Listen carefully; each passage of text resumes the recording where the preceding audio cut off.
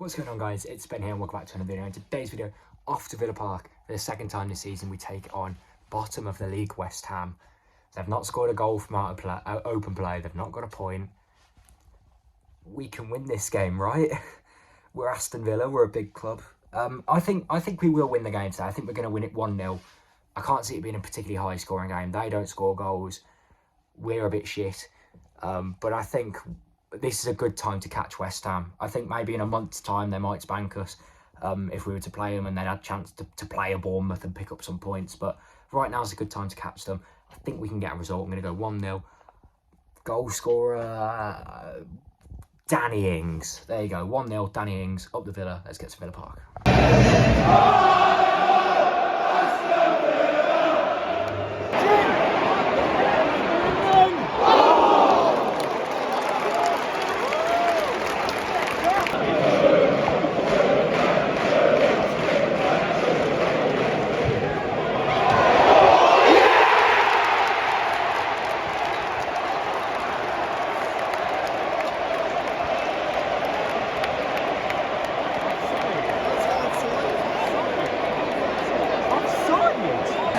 Absolutely terrible game of football, I'm not going to lie.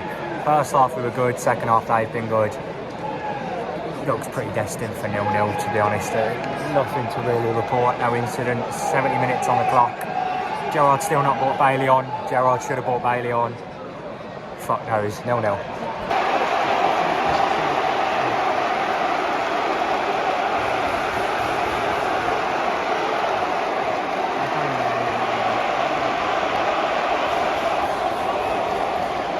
Fuck me, West Ham have not scored a goal all fucking season. Looping, Hoxie deflection gives them the lead after 75. We've not adapted to the game. The first half we were alright, second half we've just tried to play the same. It's not worked, boys just got fired up. West Ham have had absolutely no quality, but they've had a long shot that's looped horribly off Conser and in. And we're going to lose the game. 40 minutes on the clock, West Ham 1, Villa 0. With 40 minutes to go. West Ham 1-0. And we are back after, honestly, wholeheartedly one of the worst days at Villa Park I've ever had. It's just so, like, demoralising to sit and watch that sort of thing for 75 minutes and then see West Ham score a fluky, whatever, deflection, rub it in our face, blah, blah, blah, blah, blah. It's just so...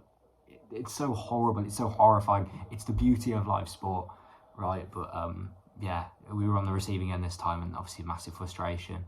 I'm not particularly opinionated on this sort of thing. Usually I leave it to sort of everything else. You know, during the Bruce and Dean Smith era, I never really made a comment, but I'm going to say I want Steven Gerrard out of my club.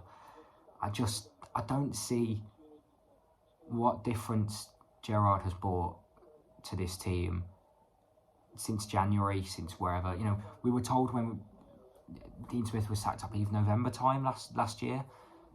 Gerrard had then December time. We were told no, Gerrard hasn't even. This isn't Gerrard's squad. He needs a window, and he had the January window and whatever. And then we were shit in February, March, April, May, and whatever. And it was okay. He still only had half a window. He hasn't had much money to spend. And then this summer he's bought 4 players. Admittedly, one of them's been injured. And one of them he already had with him at the club. But Carlos's injury he can't help. But then before that sort of thing, I don't see how, when given the opportunity to build his squad, he's built a worse squad. Because we don't have a formation, we don't have an identity, we don't have a team.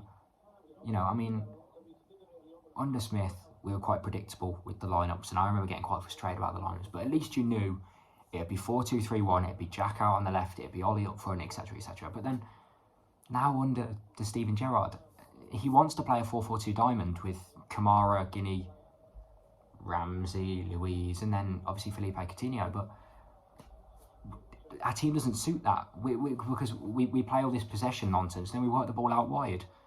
And who have we got out wide? No one. We have the fullbacks. The fullbacks push up, the midfielders drop into fullback, and suddenly you've got Cash and Digne playing left wing, right wing, and Guinea and Ramsey, or Guinea and Luiz in this instance, playing left back and right back. And what does it leave us?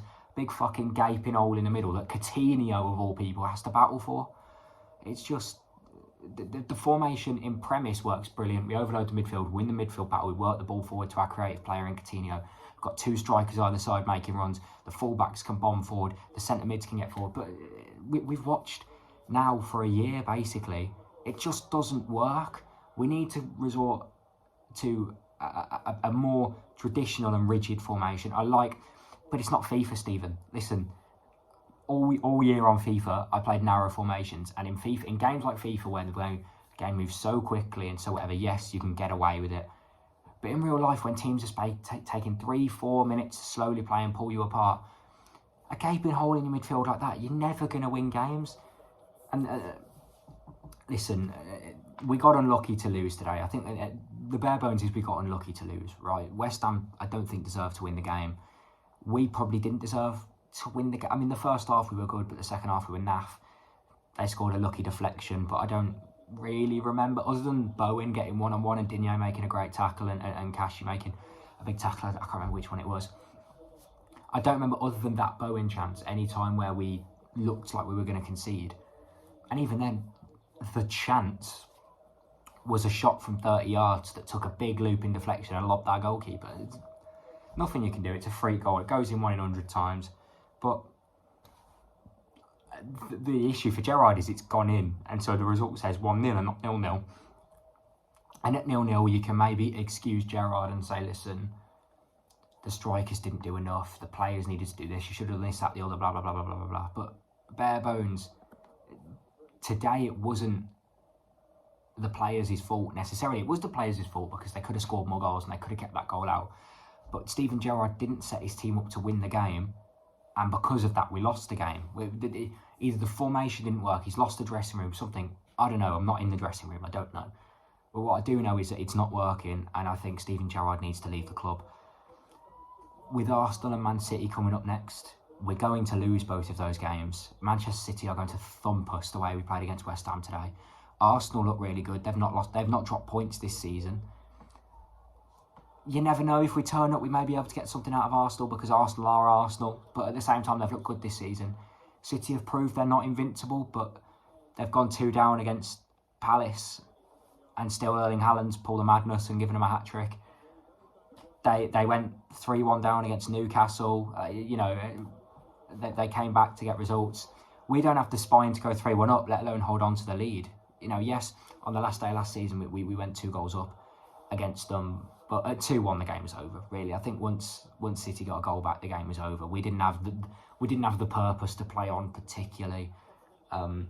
It won't be like that next Saturday. Next Saturday, you do just fear that City will run away for it, and will, as spineless as ever, just slip to defeat. But yeah, I don't want to sit here and be negative, so I'll leave it at that. Thanks for watching. Let me know what you thought. Are you Gerrard in, Gerrard out? What happens? Do you want us to spend big in the transfer window? We've got 5 more days. I don't know. Let me know in the comments. Thank you for watching. I'll see you next time. Peace.